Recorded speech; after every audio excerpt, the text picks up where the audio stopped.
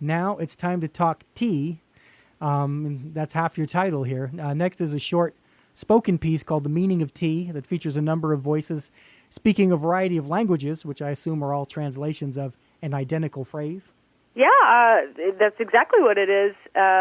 We have many, well, they're all women. All the voices are women, and they're all saying the same thing. And it's basically an audio version, an auditory version of a photo montage of the bird traveling around the world and sampling not only tea everywhere it goes, but the ritual and delights of each culture symbolized by drinking tea. Wow, that's, like I said, it sounds like you put some thought into this. You didn't just like... I did. You didn't throw a dartboard at the wall and go, these are my lyrics. No, you can't accuse me of that one, that's for sure. Did you get... It was really fun to actually get the ladies that volunteered to have their voices on there. We have Hindi, we have Yiddish, we have... Wolof, which is what they speak in Senegal. Yeah, we have Spanish. No French. We didn't manage to get any French. The first voice you hear is actually Japanese, and we were just tickled to have these ladies offer their voices for us. We have Polish and Icelandic in there, too. Mm-hmm. And Serbian and Arabic. That's right. Because one advantage people out there listening of having the CD instead of the download is it's all spelled out here as I read the liner notes. Not only your nice illustrations and everything else, but you have the language and the individual's name, and it's just right in here. So you don't get that if you just go the quick route and just buy the songs the fast way. So keep that in mind, everybody. And you end this with a sound of a whistling tea kettle that sets up your grand finale, How Do You Take Your Tea? And I like how that song name checks several of the earlier ones, ties the whole thing together lyrically, like the other ideas, the pulse and everything tied together musically. I've been going with partial tracks up to this point, but this one I am going to play to the end because I kind of have to, and the last line delivers the sense of closure and finality to the whole thing. Though interestingly, you don't resolve it to the tonic. You sort of leave it hanging there, which is very Abbey Road. There's a reason for that, and we can talk about it at the end. I also want to say that of all the languages that are being spoken, the one that's in English that's right before the final track is Circe's mother, Betty Link. Yep. Give your mom the English. Don't make her do Icelandic or Wolof. That's my That's right. I kind of have a good guess at the reason that the piano chord doesn't resolve to the tonic. I got mentioned Abbey Road because famously Her Majesty is missing the last chord. And, also Abbey Roadish is the use of the Mean Mr. Mustard type rhythm. So now what point in the process did you write this? Everything else was done and he said, let's write a closer, or you kind of had this working anyways and you dropped it in? Because now you're referencing some ancient philosophers in there, Socrates, the Buddha, along with other more modern figures like the Dalai Lama, Alan Watts, even Burning Man. So this is about seeking and ideally obtaining some level of enlightenment, which is a good sort of ending for a concept album. So how much of this have I got right and wrong? Yeah, you got it all right. That's why I said in the beginning it's kind of like a Siddhartha story, if you will. Yeah. The bird goes through a transformation. And I don't know if you've noticed that the bird has no gender. When I speak about the bird has no gender to me. I wanted both men and women and transgendered people to be able to identify with the bird in any circumstance. Although you keep saying the bird, and it's just bird. The bird. Well, today it's the bird. Tomorrow it'll just be bird. Its bird's name is Bird. That's right. And Christian, your guitar solo reminds me of Davy Johnstone from Elton John's band. Interesting. Maybe a touch of Joe Walsh in there too. There was a little, actually as the lick came out, I was like, wow, that's very Joe Walsh. But actually, what I was thinking at the time was some of the orchestrations that Andrew Gold did for Linda Ronstadt. That was the inspiration. If it comes out Davy Johnstone and Joe Walsh, I'm okay with that. Well, that's what I like, is you've got, like I said, the Steely Danish feel on Fortune Cookie, and you've got a different feel here. Obviously, Brian May is an influence on you and all these other things. So it's nice that you can mix it up, not only just musically, but, down to the actual, guitar technique or tone or everything. So my point is, way at the beginning of this, we talked about how the personnel was you and Circe. And by now, everybody should realize, wow, I mean, for two people to create all these sounds is a pretty amazing thing. It took us a while, but we both are capable of wearing a lot of hats when it comes to our craft. I know a million songs, and I love to play covers and have emulated a bunch of different styles. We've done covers on our YouTube channel, and Circe will slip in and out of various characters to get the song across. So to be able to call upon all of those colors is a wonderful thing. Yeah, I think it really epitomizes our versatility.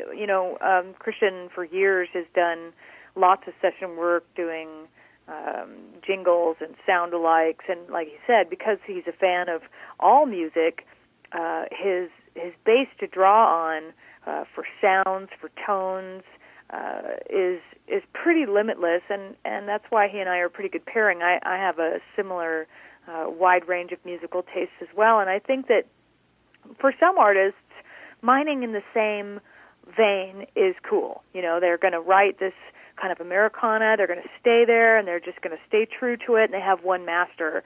And I feel that the kind of writers that we are, we want to embrace everything. I get bored pretty quickly. There's very few artists that I'll listen to an entire album all the way from top to bottom because I like diversity. I want to hear lots of flavors and textures. So that's, again, what you're hearing when you listen to something like Bird is really us allowing ourselves to employ all of the various flavors that we could come up with to express not only the story but what the song really wanted to hear. So we're pretty proud of the diversity of music on there. Yeah, and like you guys, I came up through Queen and I came up through the White Album, and as far as I was concerned, from a young age, we were all green lit to do anything we wanted. Yeah. I think it's sometimes it isn't even the artist's choice. It's like the industry says, well, what are you? I mean, if Aerosmith comes to you, you mentioned Steven Tyler earlier, and they've got a demo tape that has Walk This Way on it and Dream On, they're going to go, well, which are you? Yeah, for sure. That's certainly a reflection of how the record industry has gone. But now that there's, we're indie, we don't have anybody to answer to, and we're doing it all ourselves. And luckily our fan base, the people that love our music, the people that know who we are, really connect with us as artists and want us to continue to explore. I mean, certainly they have certain songs that they feel closer to or that they love more, but that's just a personal taste. They always seem to really be wanting us to explore our full creative impulse and support us with that, and I'm really grateful for that.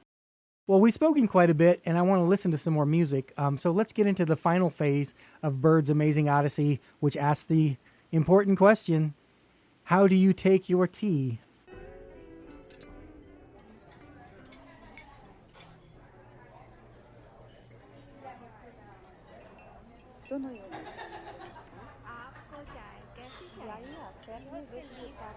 Kako piješ čaj? Wie möchtest du deinen Tee? Kako piješ čaj? Wie möchtest du deinen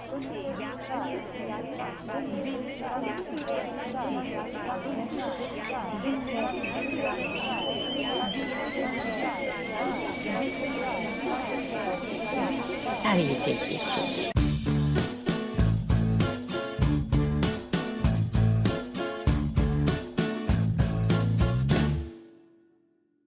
Now somewhere I read long ago, philosophers have said, to live an unexamined life, one might as well be dead. But I've been round the world of late, I've cried and I have laughed, met people, places small and great, some good, some fair, some bad. But one thing's left to ask. How do you take your tea, my friend? How do you take your tea? Some days are gray, some days are sunny. It's all how you see. So how do you take your tea? Well, I've been to magic shows, broke all my toes, and made sweet lemonade.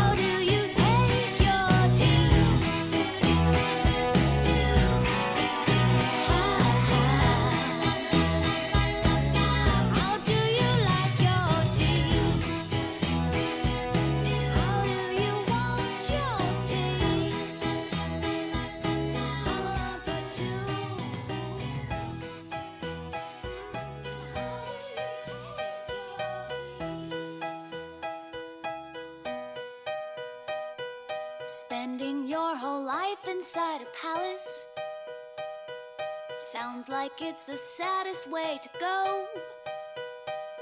But if you step outside and keep your balance, you can learn to fly.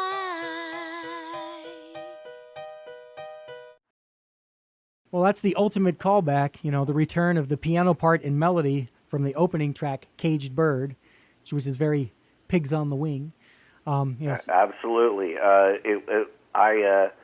When we were doing How Do You Take Your Tea, which was pretty much the last song written for the record, it occurred to me that we could connect the whole record in a circle. So if you put your record, your CD, and import it into iTunes, and you play it and you put it on loop, it should play seamless.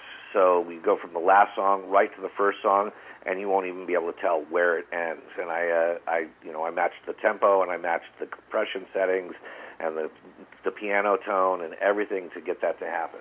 And in so many words, that's exactly what my outline says right here. In fact, as I said, Pigs on the Wing, of course, Pink Floyd Animals, on the wall, they famously put a wraparound where the very end of the last song on the wall, he says, "Isn't this where?" And in the very beginning we came in, right? And I did the research and manually did everything you described, where I had that track in the playlist with the first song after it to see if it would fit perfectly. And it did, and I even have the phrase in here, if people want to program it that way, they can listen to it on an infinite loop, and you mentioned the word loop. So I feel very proud of myself for... That's right. No, you caught it. That's great. Some of the songs remind me, as we discussed, of the type of show tunes you'd hear in productions like Godspell, for example. This could be staged as an actual musical, but I'm guessing you guys aren't going to do that. I mean, are you planning to do any... We are completely open. Producers, approach us anytime. We just need the funding. Sure, Okay. I would love to see this put up. In the meantime, while you're waiting for the producers to show up with their giant check, and who knows, people listen to this, it's a lot less expensive to stage a musical than to shoot a movie, I would guess, and that seems doable. I'd fly out there and watch it. Are you planning to do any corresponding videos? In the meantime, usually you guys do that type of thing, and this is a little different, conceptually, so...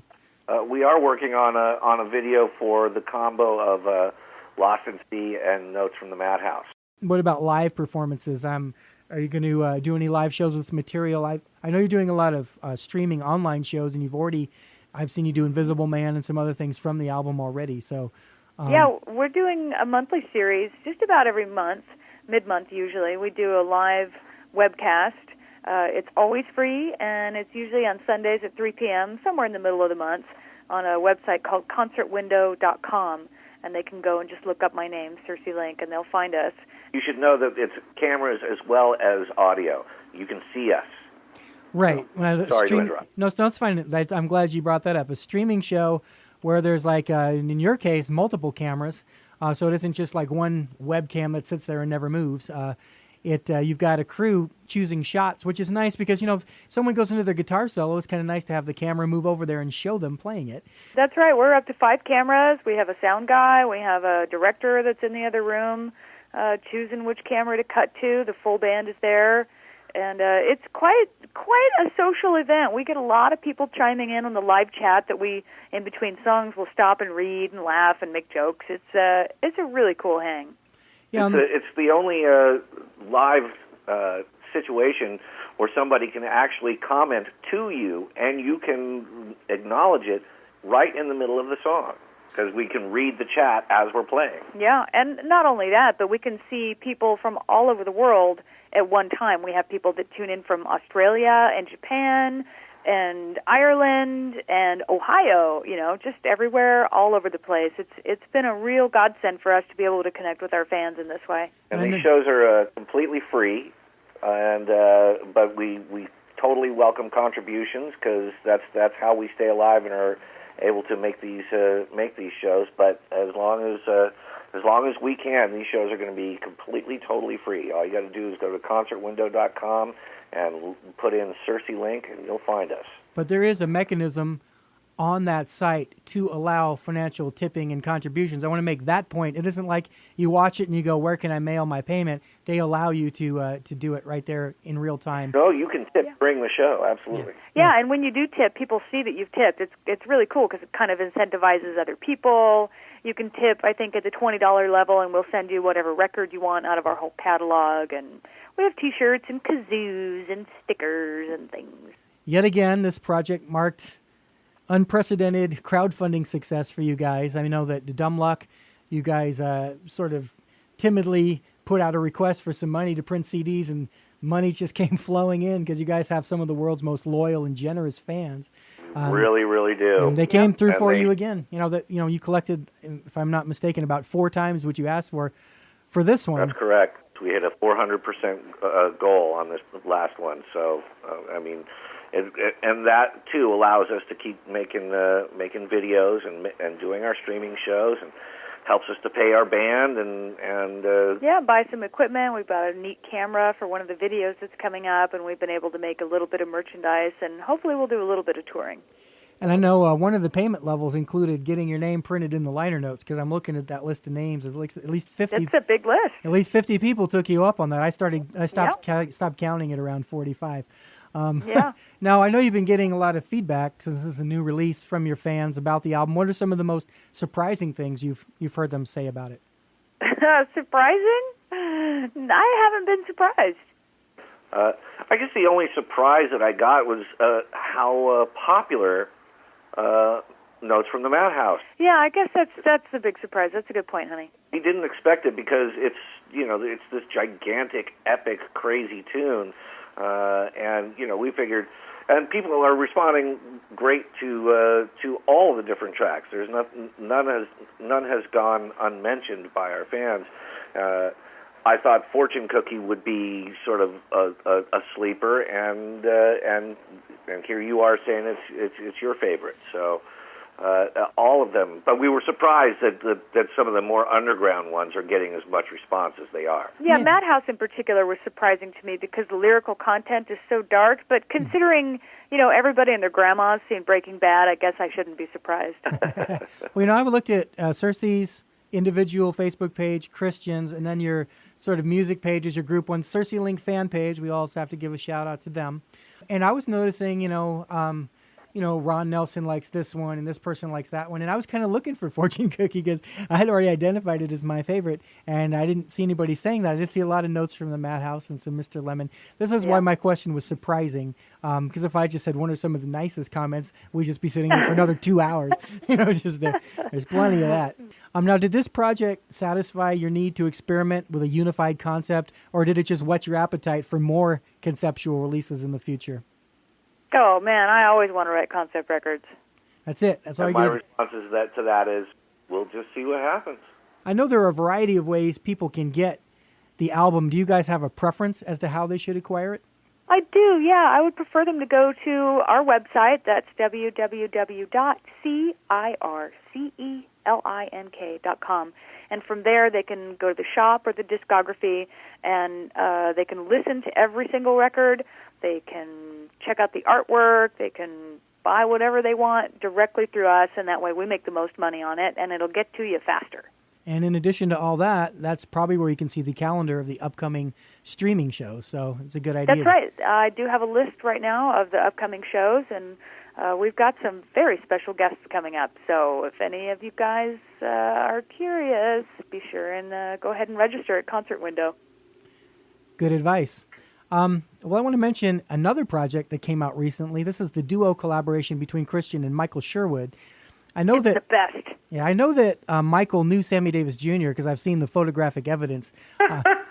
And the album is called Groovy Lemon Pie, which is, of course, a line from The Candyman, one of Sammy's biggest hits. So is it safe to assume that there's a correlation there? Michael's father is Bobby Sherwood, and Bobby Sherwood was a composer and arranger and big band leader and player from the 50s, and he was basically in the Rat Pack. They were out in Vegas. And so one of Michael's very first gigs as a keyboard player was to be playing keyboards for Sammy Davis Jr., because they happened to be running in those same circles. so that's how that came about. But Michael is a truly gigantically talented musician on his own, and has written, dozens, scores of songs that are all just mind-blowing. And then when he and I had the chance to work together in the late 90s and early 2000s, we put together 20 or so songs that it was a new foray into recording digitally for me. I hadn't done that before, and so some of them don't sound all that great, but the impetus is definitely there, and so I'm really, really proud of that work being out there. Let's make sure everybody knows the place to get that is Bandcamp.com. So go to Bandcamp.com, enter Michael Sherwood, Christian Nesmith, Groovy Lemon Pie, any combination of those, or ideally all of those, and it will pop up. You can buy the entire album. You can pick individual tracks. The lyrics are there. The music's there. And, I wanted to be sure to at least mention it and play some samples of it to bookend the discussion of your new album. Because as you guys know, anytime you put out anything, this is where you can come and promote it. Awesome.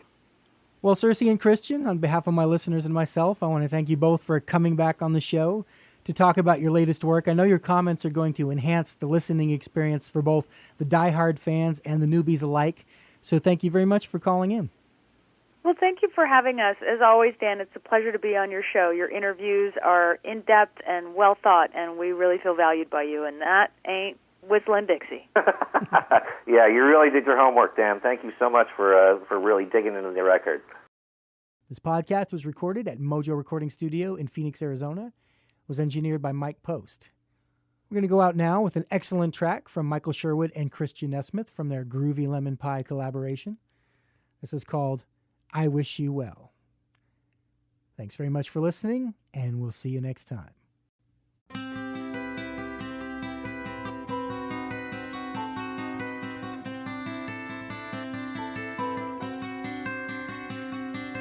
Feeling the calm on the water. All of our friends have gone home. Sitting alone, there's an old picture of me without you. A message you sent like a stranger. The weight of the words that I hold. There's no